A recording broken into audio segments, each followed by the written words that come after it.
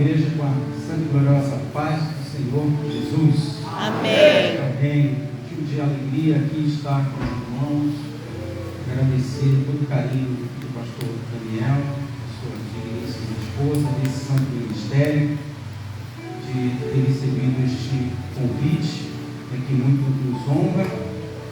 Já estivemos aqui há 2 anos atrás, depois no final do ano passado, e sempre quando eu vim aqui, eu saí sempre muito abençoado, né? Uma igreja muito abençoada, onde a presença de Deus se faz manifesto.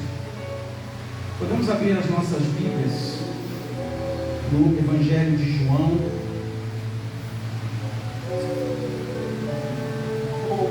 e essa passagem ela também guarda coerência com o tema dessa festividade, que é Romanos 10, versículo 14 e 15, mas nós vamos nos adentrar dentro desse texto, João capítulo de número 9. Vou ler aqui alguns versículos, todos acharam? Amém? E passando Jesus, viu um homem cego de nascença, e os seus discípulos lhe perguntaram, dizendo: Rabi, quem pecou, este ou seus pais, para que nascesse cego? Jesus respondeu: nem ele pecou, nem seus pais, mas foi assim para que se manifestassem nele as obras de Deus.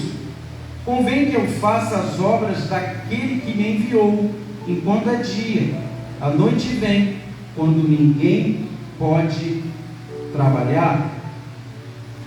Verso de número 35 e 36. Jesus ouviu que o tinham expulsado, e encontrando-o, disse-lhe: crês tu no Filho de Deus? E ele respondeu e disse: quem é ele, Senhor, para que nele creia? E Jesus lhe disse: tu já os tens visto, e é aquele que fala contigo. E ele disse: creio, Senhor, e o adorou. Amém? Podeis assentar, dando glória a Deus pela sua palavra, pela sua presença. Nos congregamos na Assembleia de Deus da Barra da Tijuca, no Rio de Janeiro, igreja presidida pelo pastor José Romeu Teixeira, que me abençoou, para estar aqui também com os irmãos. E essa passagem é uma passagem que muito me toca. O Evangelho de João é um evangelho que eu tenho assim um carinho especial. É um livro onde João ele tem uma preocupação, uma tese de provar que Deus e Jesus são um. E Jesus, sendo o Filho de Deus, ele fazia os milagres pelos quais o Pai o comissionou a fazer aqui na terra. Isso fica claro quando ele vai dizer aqui das obras, que enquanto é dia, ele poderia fazer essas obras, mas chegaria um momento que ele não poderia mais fazer essas obras. Enquanto isso estava em desenvolvimento, essa passagem ela nos trata e nos traz aqui, primeiro, que Deus tem um propósito bom e que exalta a Cristo para tudo o que acontece com você. É importante que entendemos que diante da dor e diante do sofrimento, quando não entendemos as circunstâncias da vida, é melhor confiar em Jesus. E esse processo de cura desse cego não é apenas um processo de cura física, onde aquele homem que era cego e passa a ver, é algo maior, é algo dentro da alma dele, é algo que seria transformado, porque era necessário que aquele homem fosse transformado, pudesse beber da água da vida. E esse texto é interessante porque ele mostra, ao mesmo tempo em que um homem pecador tem a sua vista restabelecida e adora o Senhor, ao mesmo tempo ele mostra homens que supostamente enxergavam, mas no fundo eram cegos. E a cegueira desses fariseus, ela vai aumentando paulatinamente. Vocês vão prestar atenção ao longo do texto, o que culmina com a expulsão do cego da sinagoga. E o versículo começa no capítulo 9 dizendo: e passando Jesus viu um homem cego, e seus discípulos lhe perguntaram, dizendo: Rabi, quem pecou, foram este ou os seus pais para que nascessem dessa forma, ou para que nascessem cegos? O capítulo 9, ele começa, obviamente, no final do 8, e no final do 8, vemos que Jesus, ele vai passando também. Ele passa por aqueles que desejavam apedrejá-lo, porque ele diz no finalzinho do capítulo 8, no verso 58, dizendo: em verdade vos digo que antes que Abraão existisse, eu sou. E a Bíblia diz que quando eles passavam no meio deles, eles tentaram pegar pedras para atirar, mas percebemos que Jesus, ele não se abala diante das situações difíceis. Mesmo sendo ameaçado, mesmo sendo talvez pressionado para que ele fosse ali apedrejado, para que a sua vida fosse ceifada, vemos que Jesus, ele passa pelo meio deles. E assim se retira. Jesus está no barco. Tudo fica bem. Jesus está no barco. A tempestade, ela vai se acalmar. Jesus está no barco. Ele tem o controle da sua vida. Jesus está no barco e nada passa segundo o seu controle. O seu controle é pleno, ele é total diante dos cenários mais difíceis. E da mesma forma que Jesus sai de uma situação difícil, porque ele não se abala com os problemas, ele agora passa e vê um homem cego. E ali é interessante que aquele homem estava ali, e a Bíblia diz que além de cego ele era mendigo. Isso fica claro no verso de número 8, quando ele diz: então os vizinhos e aqueles que antes tinham visto que era cego, diziam: não é este aquele que estava sentado e mendigava? Então percebo que essa situação deste homem era duplamente pior. Ele era um homem sem condições financeiras, que dependia de esmolas, que dependia de favores externos, que dependiam de um olhar de misericórdia que muitas vezes não existia, nem pelos próprios discípulos de Jesus. O texto não diz, mas provavelmente pode ter havido algum diálogo entre os discípulos e aqueles mendigos.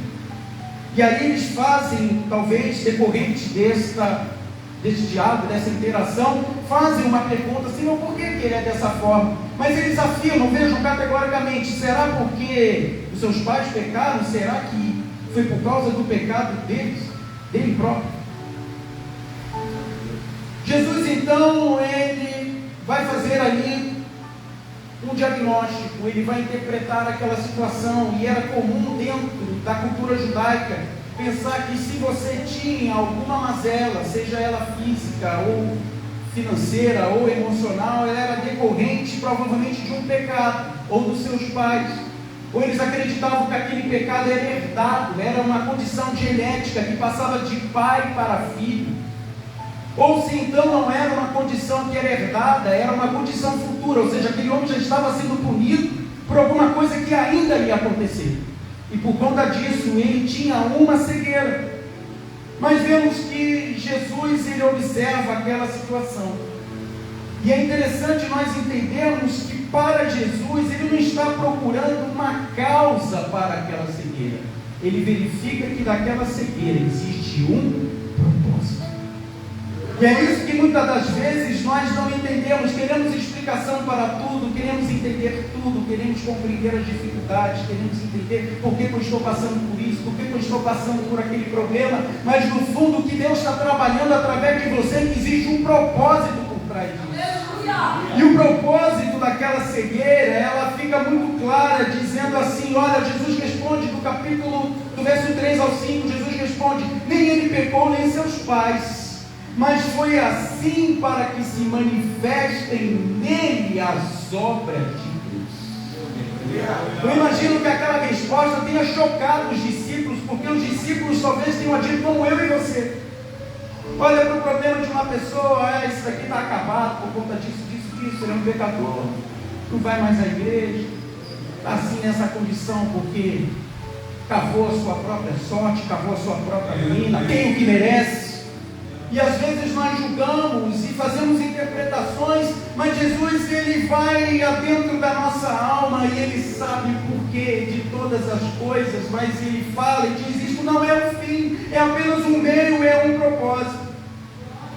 E eu gravei uma frase de um culto que eu fui, que eu anotei, e isso vem falado no meu coração, e essa frase diz o seguinte: o propósito é melhor valorizar o que havia sobrado para que seja restituído o que você perdeu. É melhor valorizar o que sobrou em você para que seja restituído o que você perdeu. Eu não sei o que sobrou. Na vida daquele cego, daquele mendigo, sobrou a opção.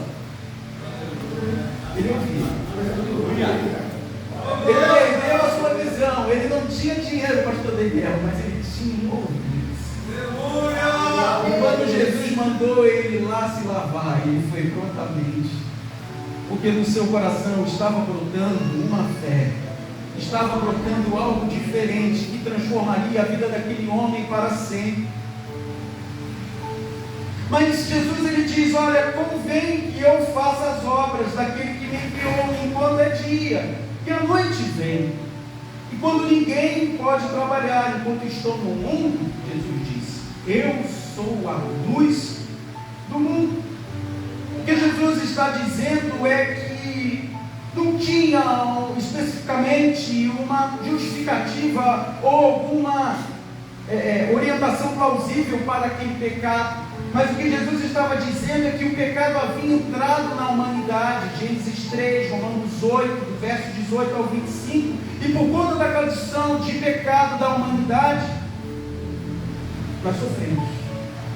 A doença vem, a pobreza talvez bata a porta, o desemprego nos alcança. Existe algum problema que você talvez tinha o controle dele na sua mão, mas Deus ele faz com que você abra a mão. E o problema vem para que você possa depender dele em todas as circunstâncias. Quando você acha que tem o controle da sua vida, de todas as suas ações da sua vida, daquilo que você faz, o Espírito Santo de Deus, às vezes, ele nos quebra, pastor Daniel, ele nos leva a uma posição diferenciada, porque ele começa a olhar para o céu e começa a esperar: agora o meu servo, meu filho, vai depender de mim, ele vai orar mais, ele vai me buscar mais, ele vai jejuar mais, ele vai se compenetrar mais da minha presença. E diante desse sofrimento, diante dessa dor, ele diz no verso 3: eu quero que as obras possam ser exibidas nele. Nem sempre a glória de Deus se manifesta através de um milagre ou de uma cura. O cego de nascença foi curado, o cego Bartimeu foi curado, Lázaro foi ressuscitado. Mas em 2 Coríntios 12, 9, Paulo tinha um espinho na carne. E Paulo ora, e Paulo busca, e Paulo vai atrás daquela libertação e daquela cura. E a resposta de Deus para Paulo, de Jesus para Paulo, foi: a minha graça te basta, porque o meu poder se aperfeiçoa na fraqueza.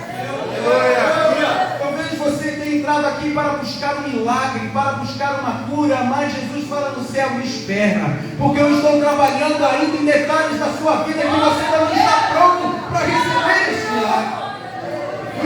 Ele está te dando uma porção da graça dele todo dia, pastor Daniel. Todo dia ele te dá uma porção. Quando você acorda de manhã: hoje eu vou desistir, ele diz: a minha graça te basta. Ao final do dia você pensa: acabou, eu não vou mais à igreja, eu vou entregar meu cartão de membro.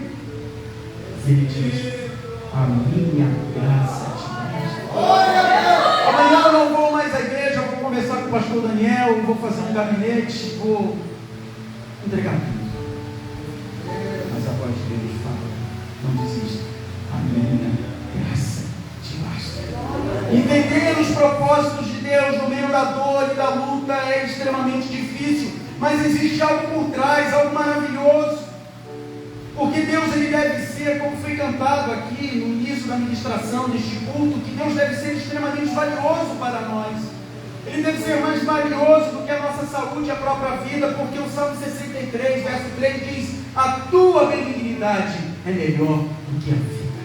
A bondade do Senhor é melhor do que a sua própria saúde, do que a sua própria vida, daquilo que você mais almeja, porque a bondade dele vai te mantendo de pé, vai te sustentando de pé, vai te empurrando, vai te levando, e você vai dando glória a ele. Senhor, está difícil, eu não estou vendo uma solução. Ele vai dizendo: a minha benignidade é melhor do que a vida, meu filho. A minha bondade é melhor do que aquilo que você procura, aquilo que você procura como solução. Eu estou vendo no céu e vejo que ainda não é o momento, porque eu tenho uma outra forma de agir e de trabalhar. Aleluia! Jesus disse aos prisioneiros de Esmirna, lá no livro de Apocalipse: ser fiéis até a morte, eu lhes darei a coroa. Ser amado por Deus é estar com Deus para sempre. É melhor do que ter olhos e é melhor do que estar vivo para este mundo. Importante destacar que se nós não acreditarmos nos propósitos de Deus, se nós não crermos em que todas as nossas perdas e todos os nossos infortúnios têm um propósito, isso não nos fortalecerá e não nos confortará. Mas quando nós entendemos que isso tem um propósito, além de te capacitar para a obra dele, ele permitirá que você ajude os outros a passarem por aquela situação que eles estão vivendo. É quando Deus te usa de uma maneira sobrenatural e você chega perto daquele irmão que está naufragando e Deus, o Espírito Santo de Deus te dá uma palavra, aquela palavra entra como um choque na vida daquela pessoa, Deus estava esperando somente essa palavra, e essa palavra está com você, na tua boca, no teu lado, naquilo que Ele tem colocado no teu coração.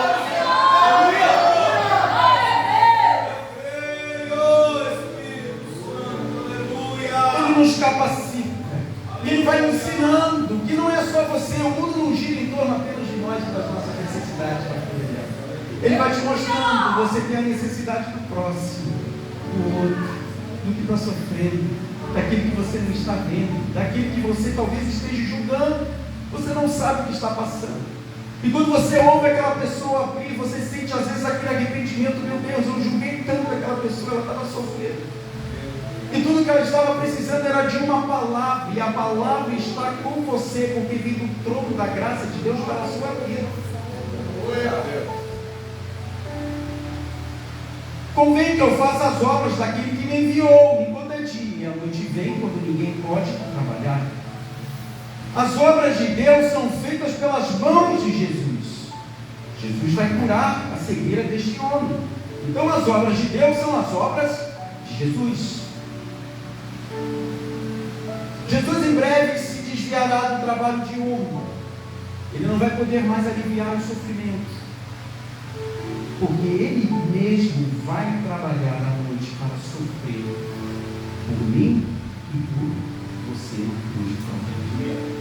Enquanto é dia, Ele estava fazendo as obras do Pai, e à noite, quando a noite chegasse, quando Ele não pudesse mais fazer obras visíveis aos olhos humanos, Ele estava morrendo e sofrendo na cruz do Calvário, para que eu e você pudéssemos hoje ter vida, para que hoje pudéssemos estar aqui neste culto esta noite, glorificando e enaltecendo o nome dele. Mas os sofrimentos dessa vida, como diz 2 Coríntios 4, 17 e 18, eu acho linda essa passagem, que ele diz: esta leve e momentânea tribulação está preparando para nós um eterno peso de glória, velho. Veja, a leve e momentânea tribulação, ele compara isso com um peso, mas o peso não é da tribulação, é da glória. Aleluia. O peso da glória é maior do que a leveza da tribulação. Não há nada que você possa sofrer nessa vida que se compare com o peso da glória, daquilo que está reservado para aqueles que aguardam e esperam no Senhor. Glória a Deus, aleluia. E ele diz: aleluia. Não há comparação. Não atentando para as coisas, pastor Daniel, que são vistas, mas para as coisas que não são vistas. E ele termina dizendo: pois as coisas que se veem são passageiras, mas as que não se veem são eternas.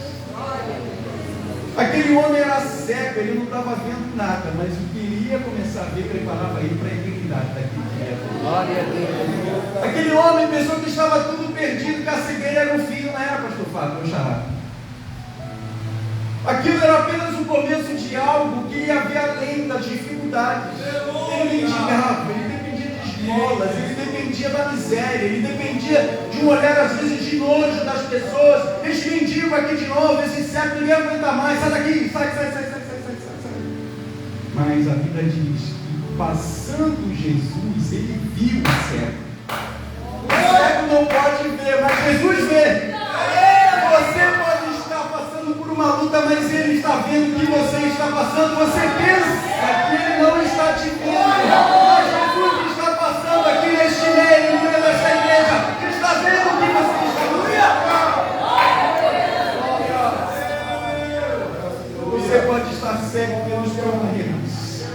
Ele não fechou os olhos para aquilo que você está Aleluia. passando. Você está com a sua visão espiritual turva, mas Ele continua do céu, no Aleluia. céu, glória, olhando para os seus filhos aqui na terra, esperando de mim e de você que algo, de alguma reação possa vir. Aleluia.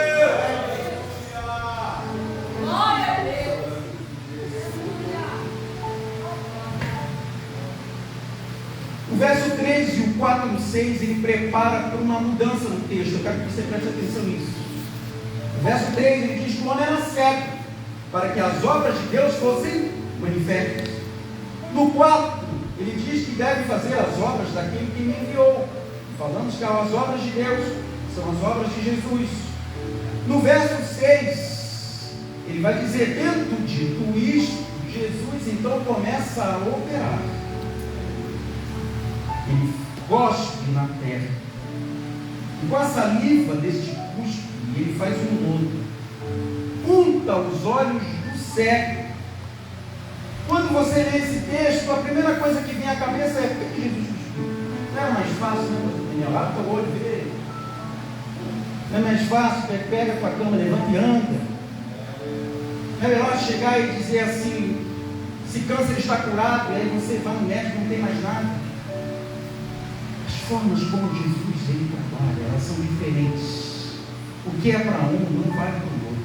O que vale para o outro não vale para o outro. O que vale para o terceiro, o milagre, a doença, a enfermidade pode ser a mesma, mas a forma que ele vai trabalhar é diferente. Porque o que Jesus estava aguardando ou esperando era algo além, pastor Fábio, apenas de uma cura física. Jesus estava querendo transformar o coração daquele homem. Eu quero que você preste atenção nisso. E Jesus ele fala: vai, lava-te no tanque de Siloé, que significa o enviado. E a Bíblia diz que ele foi, pois, lavou-se e voltou vendo. O texto é simples. Ele simplesmente obedeceu um comando. Eu estou cego, eu sou um mendigo, não tem nada dentro de mim, mas tem uma centelhazinha de uma fé. Esse homem está falando, não sei nem quem é, não dele. Mas os discípulos dele vieram, né, provavelmente ali naquele conluio, me julgaram, disseram que eu era pecador porque eu herdei isso dos meus pais, mas eu não vi esse homem me julgando nem me condenando. Eu só vi ele pegando o lodo, botou meus olhos e falou: vai lá e lava-te. E ele obedece. E ele vai naquele tanque. E ele sai de lá vendo. E aí é interessante que essa ação de Jesus, de mandar aquele homem para o tanque, vai dividir a história desses 40 versículos que seguem-se depois desse relato. Obviamente o capítulo é grande e a gente só pensou alguns versículos, mas ele vai destrinchar esses 40 versículos em dois caminhos possíveis. O primeiro era que só existem dois caminhos diante dos milagres de Jesus, diante daquilo que Jesus quer fazer: ou você rejeita ele, ou você aceita ele. Ou você rejeita o milagre, ou você rejeita a ação dele, ou você rejeita a soberania dele, ou você rejeita que ele é o Senhor da sua vida, Isaías. Ou você aceita que ele é o Senhor da tua vida e tem o controle de todos os seus passos. Glória a E Deus. mesmo quando as coisas dão errado, ele continua sendo o Senhor da sua vida. Mesmo que você dê as costas para ele continua sendo fiel quando você ainda é infiel. Mesmo quando tudo está errado, ele continua no mesmo lugar, esperando que você volte até ele, porque ele não mudou, a sua essência não mudou, o seu milagre não mudou, o seu agir não mudou, o seu amor não mudou. Você pode rejeitá-lo. E como você pode rejeitar ele? No verso 24 ele vai te explicar. Os fariseus chegam para aquele servo e dizem o seguinte: dá glória a Deus. Nós sabemos que esse homem é pecador. Isso é blasfêmia. Como é que ele poderia dar glória a Deus e dizer que Jesus é um pecador? Como é que ele poderia dar glória a Deus e dizer que Jesus não operava o milagre? Como ele poderia dissociar Deus de Jesus? Então aqueles homens, ao dizerem essa frase, ao falar esta frase, eles estavam rejeitando a Jesus. Eles estavam dizendo que Jesus não tinha parte com Deus. Na verdade, Deus deveria ser glorificado. Esse homem não sei nem quem é. Quem é esse tal de Jesus? mas você também pode adorá-lo. O verso 38, que eu vou guardar para o final, ele vai dizer como você pode, como é a verdadeira adoração. Mas antes de entendermos o desfecho dessa história, é importante entendermos por que Jesus faz o lodo, por que ele faz a lama. É interessante que era contra a lei fazer qualquer tipo de massa no sábado. Você amassar o barro, ou amassar a lama, ou amassar o lodo, era contra a lei. E a palavra no original para lodo, lama, barro, a raiz é a mesma. Então o que Jesus estava enfrentando e dizendo o seguinte: vocês estabeleceram regras humanas, dizendo que eu não podia amassar nada, mas eu sou aqui o Senhor do sábado. Aleluia. Eu tenho poder para fazer o que eu quiser. Glória a Deus. Eu sou o Aleluia. Senhor do sábado, o Senhor do Aleluia. domingo, o Senhor da segunda, da terça, da quarta, da quinta, da sexta, de todos os dias, de todos os Aleluia. momentos, dos bons e dos ruins. Daqueles que dizem que você não pode, quando ele diz que pode. Daqueles que dizem para você que a porta está fechada, ele foi lá e abriu. Aleluia. Daquele que diz que já está tudo acabado, ele diz: não acabou, não, está apenas começando. Daquele que diz: Senhor, agora é minha última oração, não é não, tem mais um caminho pela frente. Elias saiu de lá, angustiado, enfrentou os profetas de Baal, de Aserá. Jezabel foi no encalço dele. A Bíblia diz que Elias andou 40 dias, 40 noites no deserto, foi ao Monte Horebe, se escondeu numa rocha, numa cama. E Deus chega para ele e fala assim: Elias, o que tu estás fazendo aqui? O que tu estás fazendo aqui? Ele sabia onde Elias estava. Ele estava escondido, mas não de Deus. Você pode estar escondido. Jesus pergunta para você: o que você está fazendo aí parado? O que você está fazendo aí que você não se levanta? O que você está fazendo aí que você não vai ao tanque de Siloé? O que você está fazendo aí que você não ora e não me busca a minha presença, onde o milagre está sendo derramado, onde a minha comunhão e a minha graça está disponível? Glória a Deus. E o que é lindo nessa passagem é que quando ele está lá na penha daquele monte, a Bíblia diz que Deus não estava no vento, ele não estava no fogo, ele não estava no tremor, ele estava no vivo, no sussurro. Glória a Deus. E o Espírito de Deus chega para ele e fala assim: Elias, o que tu estás fazendo? Eu tenho um caminho longo para você. A Bíblia diz que Elias volta tudo de novo. Glória a Ele Deus. tinha uma obra ainda para fazer. Você pode estar cansado, você pode estar sobrecarregado, mas o Espírito Santo de Deus pergunta essa noite: ei, o que você está fazendo aí parado? Eu continuo sendo o mesmo Deus. Eu estou impulsionando você, eu estou enchendo você, eu estou fortalecendo você, eu estou colocando você de pé, eu estou tratando você, eu estou cuidando das suas feridas, eu estou cuidando da tua alma, eu estou cuidando da sua mente, eu estou cuidando do teu lar, eu estou cuidando da sua família, eu estou cuidando do teu coração, eu estou cuidando daquilo que preocupa você. O que tu estás fazendo aqui?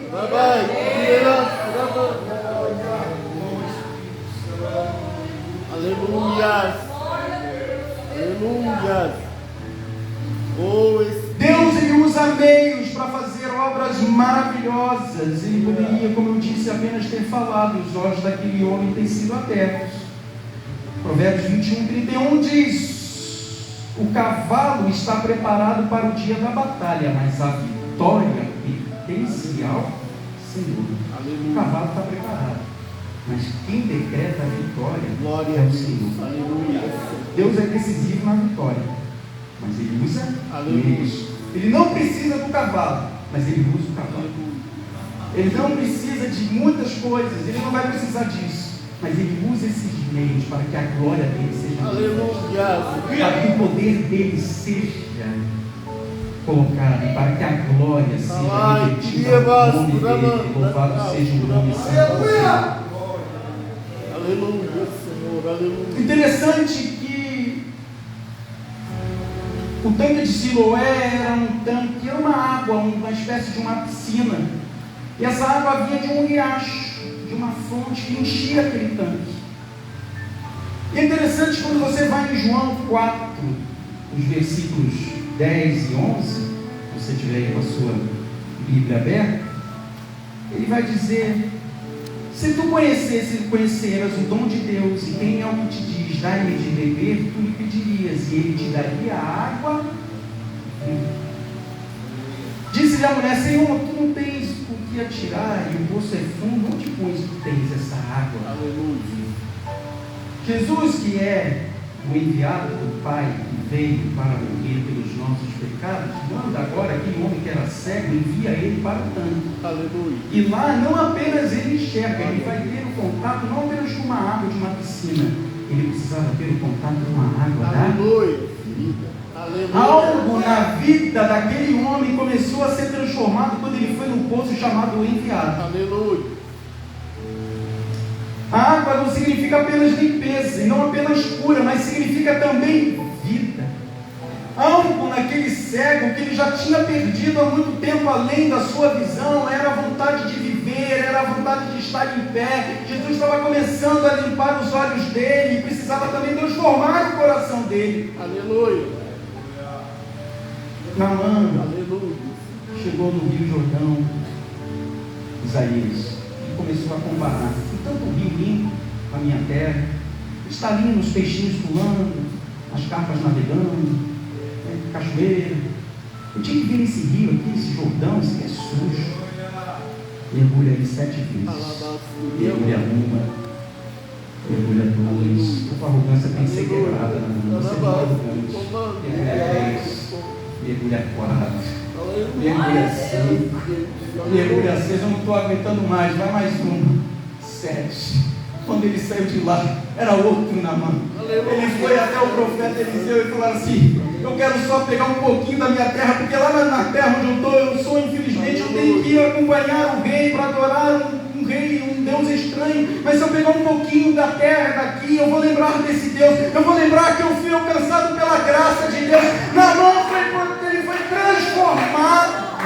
Mas ele precisava navegar e mergulhar no rio sujo, no rio turvo, de águas turbulentas. Às vezes Deus ele te faz mergulhar em águas turvas, porque quando você sair de lá, você vai sair de lá transformado pela presença de Deus. Tem coisas que precisam ser trabalhadas no teu coração, na tua alma. Você pensa que tem o controle de tudo, mas o Senhor ele sabe que tem que quebrar a arrogância, ele tem que quebrar a soberba, ele tem que quebrar a altivez, ele tem que quebrar o coração endurecido, ele tem que quebrar aquele coração que não adora mais, ele tem que quebrar aquele coração que não ora mais. Aleluia. Quando você começa a mergulhar, e o Senhor do céu agora, Aleluia, Senhor. Aleluia. agora você está começando a orar. Quanto tempo eu não ouço mais a sua voz? Você cantava tão bem, mas agora eu estou começando a gostar. Aquele louvor que você cantava lá na cozinha, lavando roupa, cozinhando. Glória, glória, glória. Tocava na sua campainha, dizer: canta mais, está tão bonito. Está tão bonita a sua voz, eu não estou vendo mais você cantar. O que aconteceu? Aquilo estava transformando o meu coração. Jesus ele está transformando você para que você esteja na posição que Ele almeja para a sua vida. Aleluia. E aquele homem estava sendo transformado. E aí eu quero que você continue prestando atenção aqui comigo nesse texto. Aleluia. Glória a Deus. Aleluia. Aleluia. Santo, santo, santo. A partir de então, do verso 8, são 5 blocos de conversa. Não vou ter aqui como entrar em cada, mas os diálogos eles vão se apresentar em grupo de 5. Eu quero que você preste atenção. Primeiro ele começa com o mendigo e seus vizinhos. Interessante, né? O diálogo, antes de chegar entre o mendigo e o cego, o ex-cego e Jesus, lá na frente, ele começa com um diálogo entre o mendigo e os seus vizinhos. E às vezes a coisa acontece entre você e o teu vizinho, dentro da sua família, dentro da sua casa, aquele bate-papo em família. E aí ele vai dizer, no verso de número 11, e eles começam a perguntar por que aquele homem ele era cego. E aí eles ficam curiosos. Fica, você não era cego? Explica pra gente aqui, como que se deu essa cura aí? Ele vai dizer no verso 11, dizendo o seguinte: Um homem chamado Jesus foi lá, fez um lodo, botou nos meus olhos, e aí, veja aqui no verso de número 11, se você tiver com a sua Bíblia, ou então o nosso amigo do som ali projetar, ele vai dizer no verso de número 11 o seguinte, pastor Daniel. E ele respondeu e disse: o homem chamado Jesus fez o lodo e untou meus olhos, e disse: vai ao tanque de Siloé e lava-te. Então fui e lavei e vi. Veja que o relato dele é um relato simples, mas tem um detalhe que você, não sei se você prestou atenção. Ele diz no começo que era um homem chamado Jesus. Ele não sabia exatamente quem era Jesus. Ele só sabia que esse que mandou ele ir no tanque tinha um nome. Ele era Jesus, mas ele era um homem. Mas a obra que Deus estava fazendo no coração desse ex-cego, mendigo, estava apenas começando. Ele não tinha tido a interpretação completa do todo, do que estava acontecendo. Então, primeiro, Jesus era apenas um homem. No 13 ao 17, o patamar da discussão, é o segundo bloco da conversa, vai ser entre o mendigo e os fariseus. E os fariseus também estavam ali em cólicas, em prantos, estavam desesperados para saberem como isso pode ter acontecido, como ele fez esse sinal, se ele é um pecador. Então eles perguntam ao mendigo no verso 17: o que você diz dele, já que ele abriu seus olhos? No verso 17 ele vai responder de forma clara, dizendo: torna-me, pois, a dizer ao cego, tu que dizes daquele que te abriu os olhos? E ele respondeu: é profeta. Veja que no 11 ele era um homem, no 17, pastor Daniel, ele já era um profeta. Jesus estava começando a trabalhar no coração da vida. Ei, às vezes não é no estalo de dedo, não.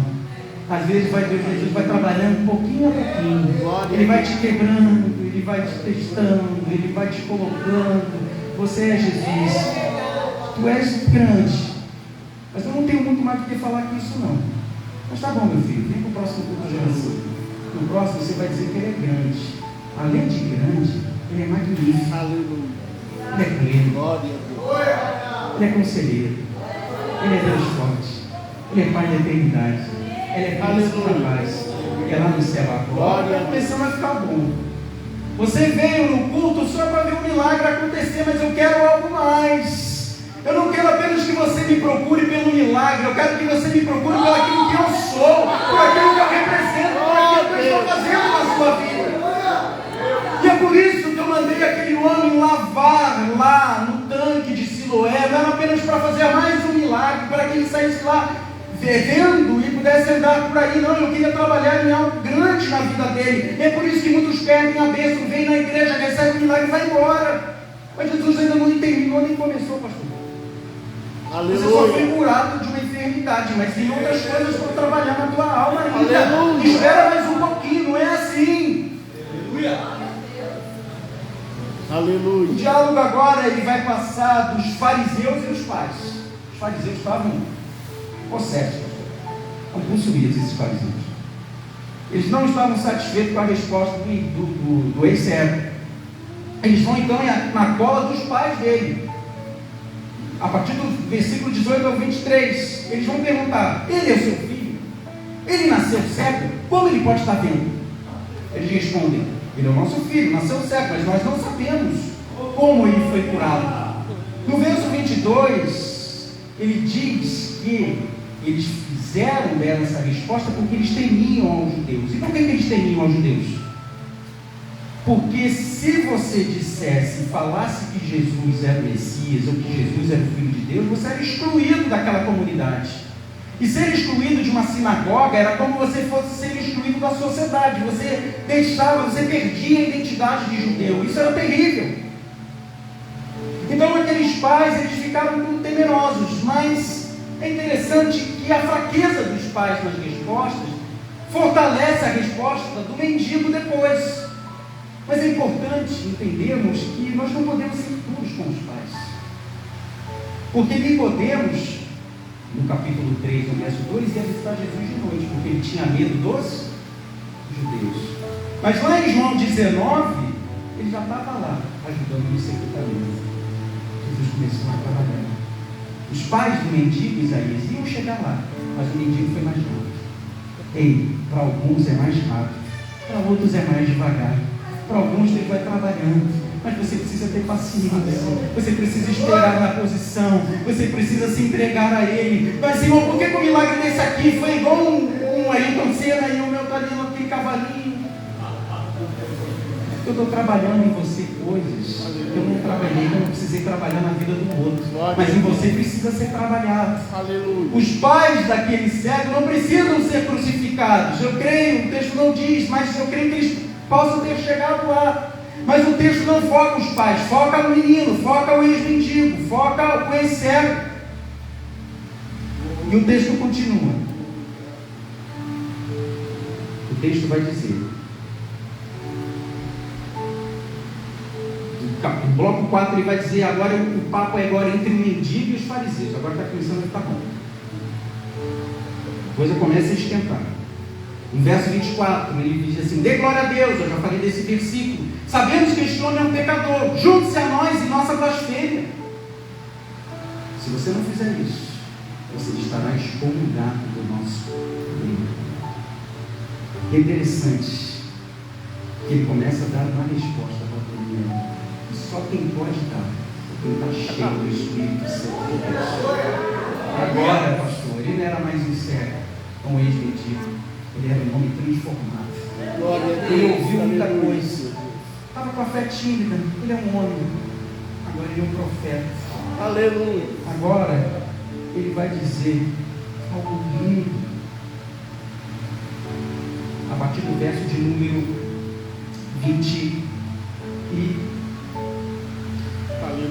27.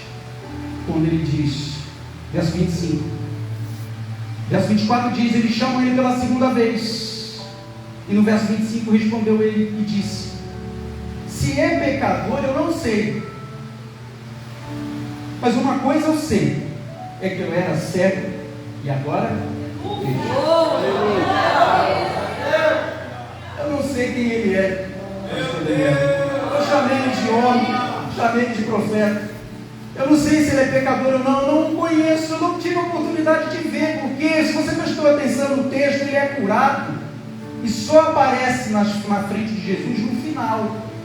Eu não sei quem ele é, mas ele me curou, ele fez algo extraordinário na minha vida, ele transformou meu coração. Ei, às vezes você está buscando a presença de Deus, vê os milagres de Deus, sente a presença de Deus, mas ainda não tem a presença de Deus, a comunhão com Deus, a alegria de estar na presença dEle. Você sabe muito sobre Ele, mas tem pouca experiência com Ele. Aleluia. Aquele homem estava sendo chacoalhado na sua fé. Essa história ela não ia terminar assim, porque ele vai dizer, vejam que no verso 28 a 29, a hostilidade ela vai aumentando. No verso 28 e 29 diz, injuriando, dizendo, tu és seu discípulo, mas nós somos discípulos de Moisés. Sabemos que Deus falou com Moisés, mas quanto a este homem não sabemos de onde vem. Mentira. João 5,46 diz, se você acreditasse em Moisés, você acreditaria em mim, porque ele escreveu de mim. Moisés falou de Jesus, mas aqueles homens não conheciam Jesus, não conheciam a palavra de Deus, não sabiam o que estavam falando, estavam mentindo.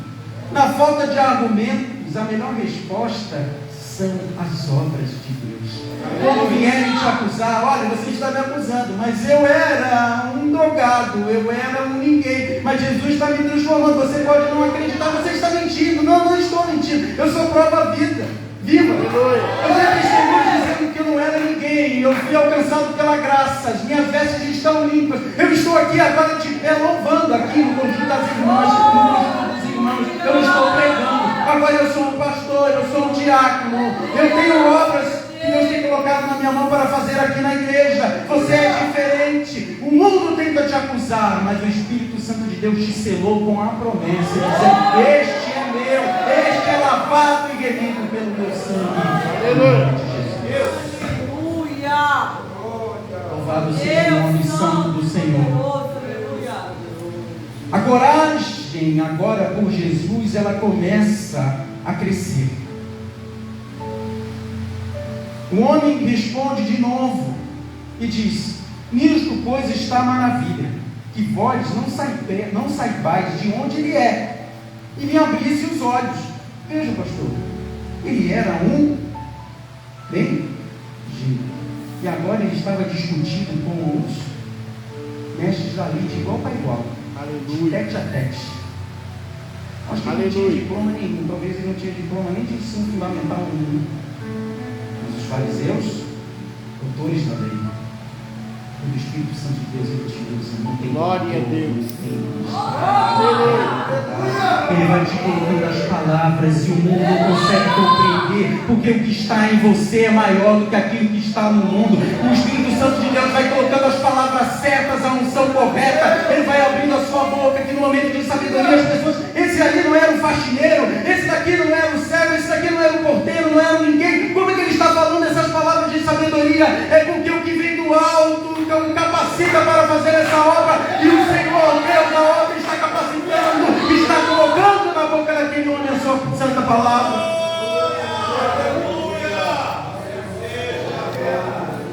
E aí ele diz com toda a autoridade, eu fico imaginando esse homem, eu acho que ele estava cheio do Espírito Santo de Deus, igual o Pedro ali, já o Pedro da segunda etapa, né? Não aquele Pedro que levou Jesus, o Pedrão da segunda, né? Ele saiu pregando, saiu curando, como Estevão, um homem cheio da presença de Deus, do Espírito de Deus. Ele vai dizendo assim, olha, no 31, ora, nós sabemos que Deus não ouve presta atenção, a pecadores. Antes ele tinha dito que ele não sabia se era um pecador ou não era. Agora ele já está dizendo, Deus não ouve a pecadores. Ele não ouve a pecadores. E ele diz o seguinte, no verso de número 31, mas se alguém é temente a Deus e faz a sua vontade, a esse ouve. Aleluia. Como é que esse homem aprendeu tudo isso? Tão rápido, pastor Daniel. Como teve tanta sabedoria e clarividência naquele momento, ali onde ele estava sendo questionado, é Deus. Aleluia. É Ele que faz. Quando o milagre acontecia, as pessoas olharem e falaram, como é possível? É Ele que faz. Quando as portas começarem a se abrir, lembre-se, é Ele que fez. Quando a glória de Deus se manifestar no teu quarto, quando você começar a orar, e aquela oração seca, árida, começar a se transformar em lágrimas na presença de Deus, é o Espírito Santo de Deus mostrando, eu não mudei, eu sou o mesmo, eu só estou te mostrando que da mesma forma que você orava no passado, você está orando na minha presença, porque eu fiquei tratando você, eu fui tratando você, eu fui mostrando o caminho que você deveria seguir. Louvado seja o nome do Senhor Jesus. Aleluia! Aleluia! E ele diz algo mais surpreendente no 32. Ele diz, desde o princípio do mundo, nunca se ouviu que alguém abrisse os olhos a um cego de nascença. Eu nunca vi um milagre como esse. É por isso que eu posso testemunhar. Este homem chamado Jesus não é apenas um homem, não é apenas um profeta, ele não é também um pecador, isso ele também não é, ele só pode ser o Filho de Deus Altíssimo, que veio um dia para morrer pelos meus e pelos nossos pecados. Ele fez uma transformação na minha vida. Esse milagre é impossível.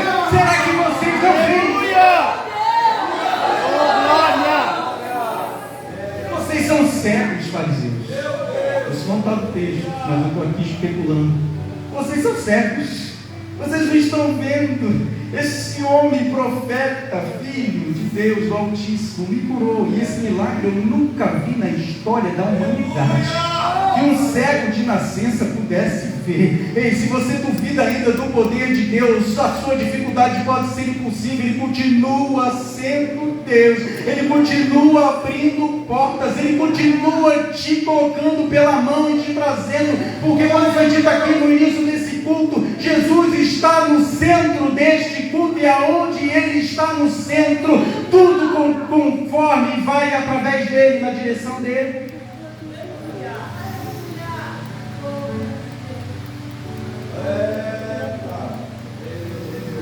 E aí ele diz, se esse não fosse de Deus, nada poderia fazer. Não tem outra explicação. Deus. Não tem. Ele é verdadeiro, ele é genuíno. Vocês não enxergam porque vocês são cegos espirituais. Ei, por que acontece com os outros e não acontece com você? Por que o derramar do Espírito de Deus cai sobre um e não cai sobre o outro? É porque muitos vêm com o coração endurecido, pastor, só para ver o que vai acontecer. Só quer vir à igreja para saber se hoje mesmo este culto vai ser como falaram que ia ser. E aí as pessoas ficam com aquela expectativa, olhando com aquele olhar crítico, enquanto ele está criticando, está fazendo talvez ilações no seu coração, que está do lado, veio com o coração contrito, entrando na igreja falando: eu só entrei aqui por um motivo. Só entrei aqui para adorar e para buscar a presença de Deus. Não importa se do lado reclama, se o outro está criticando, se um levantou a mão e se o outro abaixou a mão. Eu vim para adorar ao Senhor.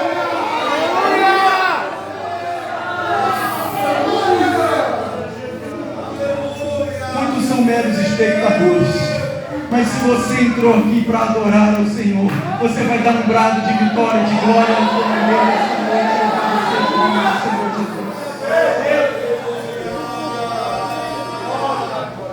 Estamos acabando. No 34 é a gota d'água, ou checkmate, ou game over, ou o nome que você quiser dar. Mas no 34 os fariseus, eles não suportam mais aquilo. Eles vão dizer o seguinte: tu és nascido todo em pecados e nos ensina a nós.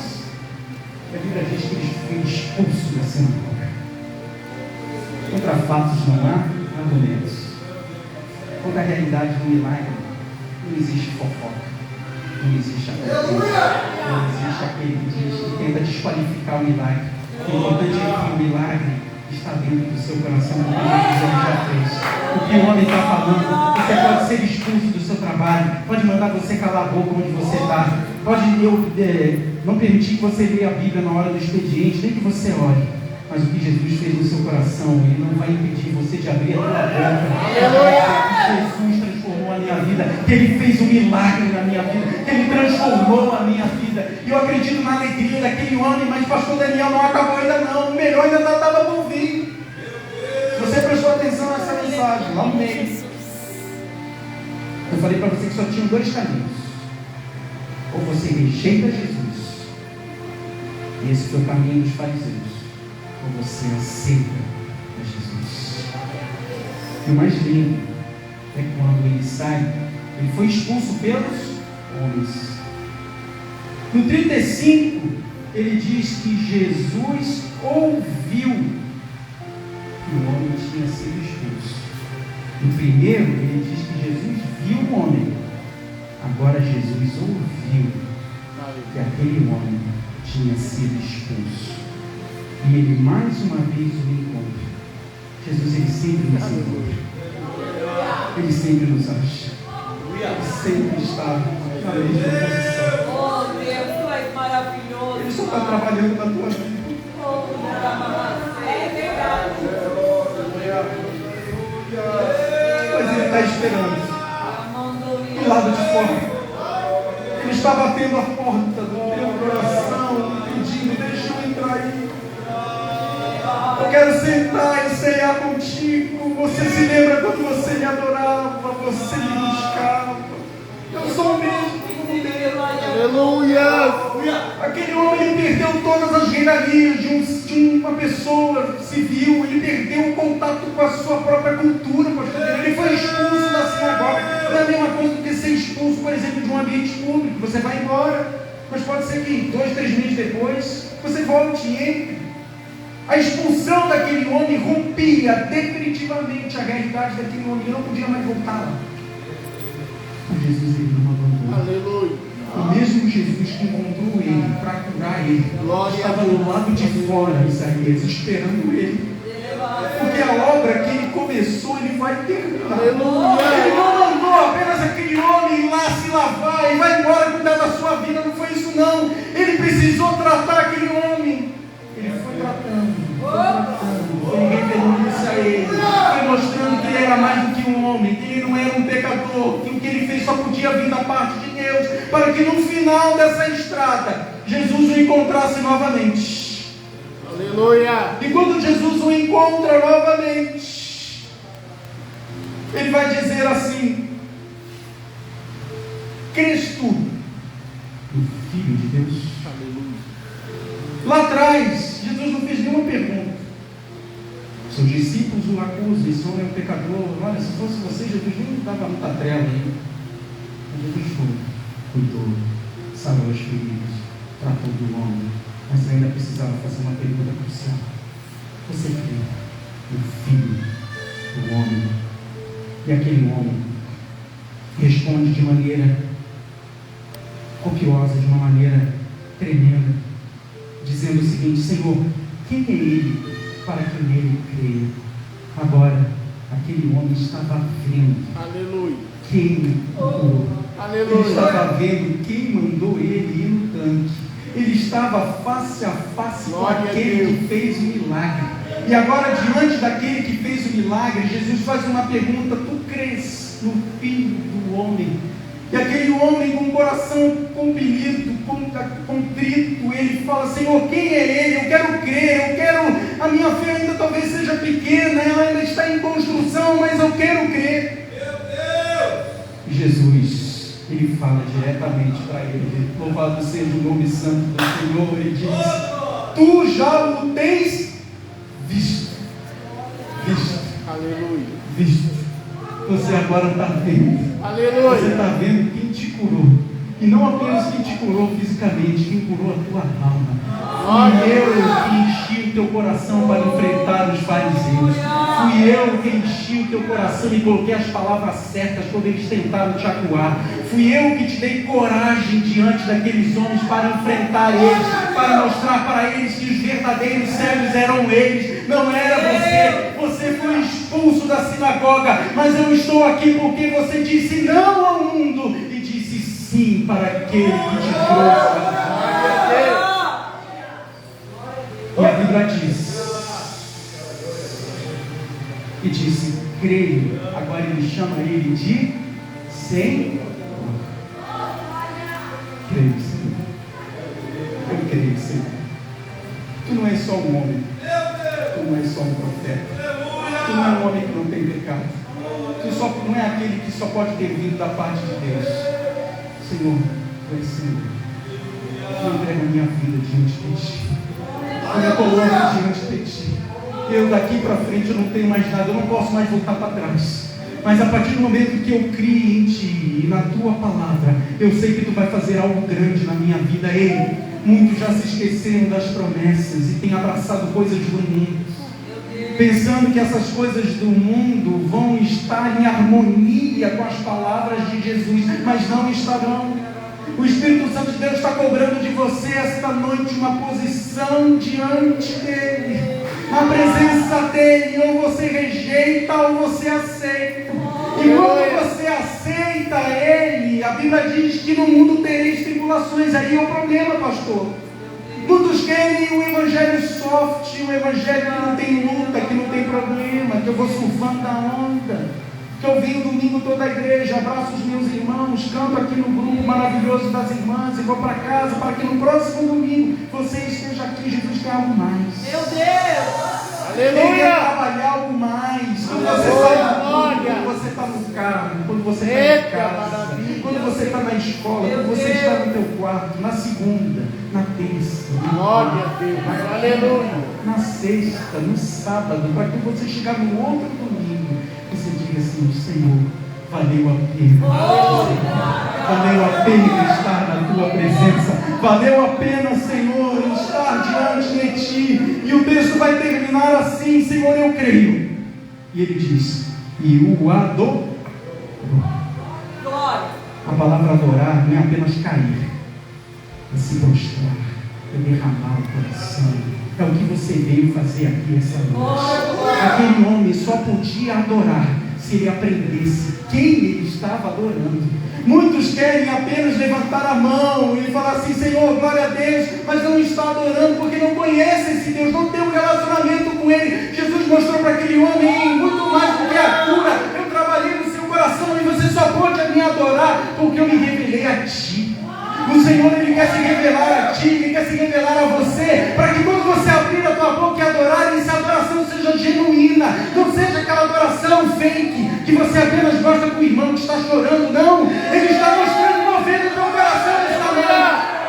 Oh, glória! Ele quer que você o adore por aquilo que Ele é, por aquilo que Ele já fez, por aquilo que Ele está fazendo, por aquilo que Ele fará. Está tudo dando errado, pastor Daniel. Continue adorando. Está tudo dando certo, Isaías. Continue adorando. As coisas não estão mudando de lugar. Continue adorando. Continue adorando. Continue adorando. Continue buscando e adorando a este Deus, a este Jesus, que tudo fez por mim, por você essa noite. Louvado seja o nome santo do Senhor Jesus. Agradeço a oportunidade em nome de Jesus. Amém. Podemos ficar de pé com a autorização do pastor? Peço perdão um pouquinho da hora. Mas eu vim orando ao Senhor quando Ele me trouxe essa palavra, Senhor Jesus. Que fosse diferente. Queria que tu falasse, que tu falasse.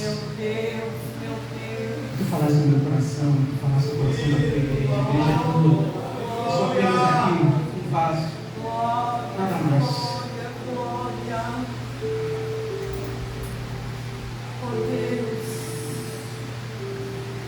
Aquele que, primeiro eu queria só, com a autorização do pastor, perguntar: tem alguém aqui que não tem um compromisso com Jesus e quer aceitar a Jesus como seu Salvador? Existe alguém aqui, algum visitante, alguém que não seja crente, alguém que esteja visitando, que veio aqui convidado por alguém que adentrou essa igreja? Todos são crentes. Daqueles que são, daqueles que perderam aquela comunhão, que perderam aquele primeiro amor. A igreja de Éfeso sabia muita coisa, pastor. Tinha doutrina, enfrentava os falsos profetas, mas Jesus, eu tenho contra ti, que te deixaste primeiro amor. Se você hoje quer novamente se reconectar com Ele, quer sentir o que este século sentiu na sua alma, vem aqui na frente. Eu estava orando por você. Dê um passo. Vem aqui buscar a oração, vem buscar aqui da parte de Deus. Você entrou aqui desanimado, triste. Jesus, Ele passou e viu, mas Ele passou e esperou. Ele viu quando você entrou aqui, a forma como você entrou esta noite. Ele não quer que você saia da mesma forma que você entrou. Ele falou com você aí onde você está. Mas se você sentiu esse toque da parte do Espírito Santo de Deus, vem aqui na frente. Estaremos orando, o pastor, os ministros dessa casa estarão orando por você. Dê um passo, não tenha vergonha. Vão me olhar lá na frente, vão me julgar. Irmãos, eu já fiz isso várias vezes. Nunca tive vergonha. Se eu estava precisando, eu ia na frente. Isso não é vergonha. É que você quer diante de Deus, você quer se quebrantar na presença dEle. Vem aqui, estaremos orando. Não fique aí na sua cadeira. Se dirija, dê um passo de fé e vem aqui na presença de Deus, do Altíssimo, daquele Todo-Poderoso, que tudo pode, que tudo faz, que tudo vê, que contempla a tua angústia, que contempla a tua alma, que sabe da dor do teu coração, da luta que você está passando. E você talvez tenha entrado aqui: Senhor, é a minha última chance. E o Espírito Santo de Deus falou: sai da sua poltrona e vem aqui. Dê um passo e vem aqui na frente. Estaremos orando. Eu não posso me estender muito por conta do horário, mas venha, estaremos orando pela tua vida, pela tua alma. Muitas são as lutas, às vezes nós nos fechamos e pensamos: deixa eu ficar no meu cantinho. Mas quando você vem à frente, o Espírito Santo de Deus, Ele te encoraja, como aquele homem teve uma força, uma coragem que ele não teria, porque ele era um mendigo. Mas agora ele estava vendo, ele enfrentou os fariseus para buscar a glória dele. Esse jovem está vindo aqui. Tem mais gente. Venha no altar do Senhor buscar da presença dEle. Você era cheio da presença dEle, você era cheio da unção dEle. A unção não acabou, foi você que engordou o pote para baixo. O óleo do azeite continua caindo do trono da glória. Este homem está aqui, essa senhora está aqui. Tem mais gente essa noite. Dê um passo de fé e venha aqui, estaremos orando por você. Este foi um culto que Deus marcou na agenda dele, nesta convenção, nas aberturas deste trabalho, neste resposta da parte de Deus. Aleluia. Muitas das vezes estamos angustiados, estamos aflitos, o Espírito Santo de Deus nos dá uma chacoalhada para dizer: ei, não acabou não, mas acorda. Meu Deus! Acorda, às vezes é bom perder alguma coisa para que você ganhe lá na frente. Porque o que você está perdendo melhora da forma como aquele cego não via, mas ele ouvia. Mas essa senhora está vindo aqui na frente esta noite. Aleluia. Deixa o Espírito Santo de Deus atuar na tua vida. A gente não está aqui apelando para nada. Eu só estou aqui fazendo um convite para aquele que sentiu no seu coração que a sua vida precisa de uma transformação, precisa de uma guinada, precisa de um novo encontro, de um novo recomeço. Vem aqui, as portas estão se fechando, estamos com 3 vidas diante do altar do Senhor. Tem mais gente ainda aí que precisa deste encontro, deste renovo do Senhor. Está vindo mais este jovem. Glória a Deus. Aleluia.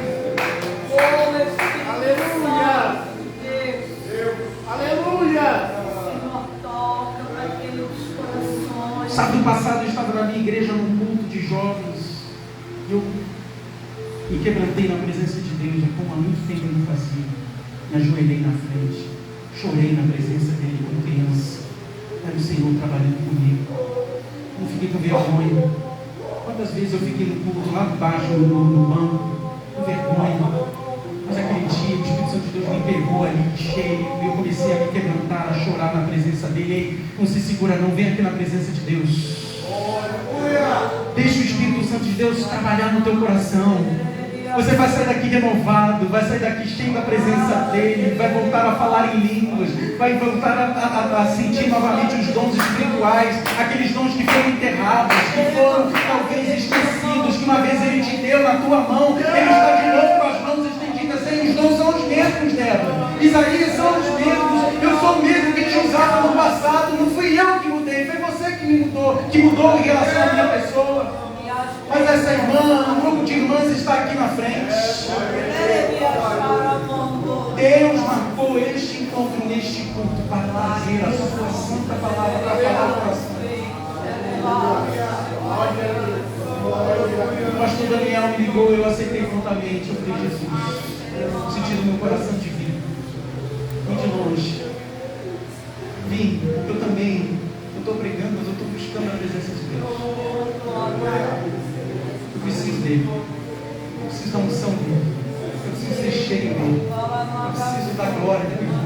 Eu preciso da misericórdia dele. Eu preciso do cuidado dele. Muitos estão cansados, muitos estão sobrecarregados. Mas ele veio aqui te dar ânimo esta noite, dizendo: meu filho, minha filha, eu vou te encher da minha glória. E você vai sair daqui diferente esta noite.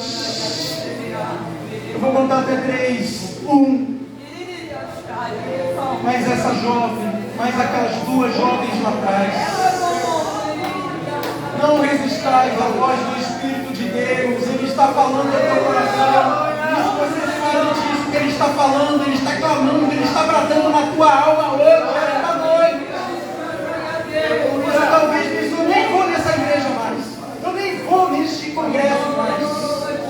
Talvez você deixou a sua roupa ali no armário pensando assim: será que eu vou? Será que eu não vou?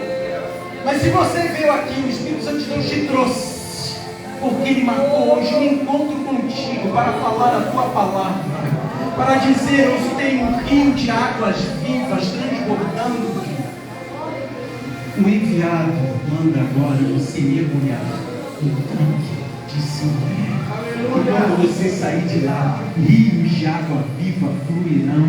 Rios de água viva. Pare de beber água rota. Pare de beber água suja. Beba do rio do trono de Deus esta noite. Eu vou estar aqui orando com a permissão do nosso pastor. Eu pedi que, se possível, o grupo de ministros pudessem também orar aqui pelos membros desta igreja, para que o Espírito Santo de Deus possa atuar. O que Deus vai fazer é dele. Toda a glória é ele, para ele, tudo dele, tudo provém dele. Nós somos aqui apenas um canal. O pastor dessa igreja tem pagado um preço, tem orado, tem jejuado, tem buscado a presença de Deus. para que essa igreja continue firme na presença de Deus, para que você, para que este rebanho permaneça firme, dando frutos, sendo motivo de júbilo para a glória de Deus. Agora você vai curvar a sua cabeça com fé, e você vai orar e colocar para fora, e colocar diante de Deus aquilo que angustia a tua alma e o teu coração. Talvez o texto não diz o que aquele homem queria, não foi dito. Apenas Jesus manda ele ir para o tanque, mas talvez nem quanto tempo aquele homem estava ali sentado, mas eu fico pensando nas lutas da vida, e quantas vezes a gente fala, Senhor, eu não suporto mais, Senhor, eu não mais. Mas vai chegar um momento, esse momento pode ser hoje, e agora, Senhor, eu vim buscar algo novo, um renovo da parte de Deus, derrama o meu Santo Espírito. Senhor Jesus, estamos na tua presença neste lugar. A tua glória é manifesta no meio da tua igreja. A tua glória, Senhor, está enchendo este santo.